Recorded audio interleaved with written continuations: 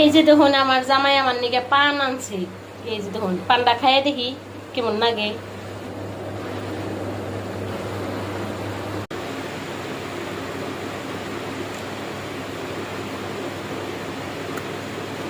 কি মজার পান গো, নাইন কত বছর পরে খাইলাম। পান পাওয়া যায় না ইন্দে চামিল পান।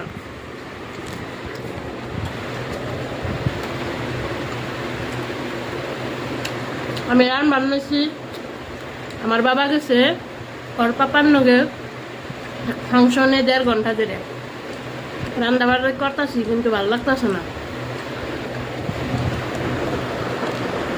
খবর নিতে আসছি, ভালো লেবুলো আছে খেলতেছে। যত বেড়া ঘোরা করুক পোলাহান বোকাল থাকলে তাও ভালো লাগে।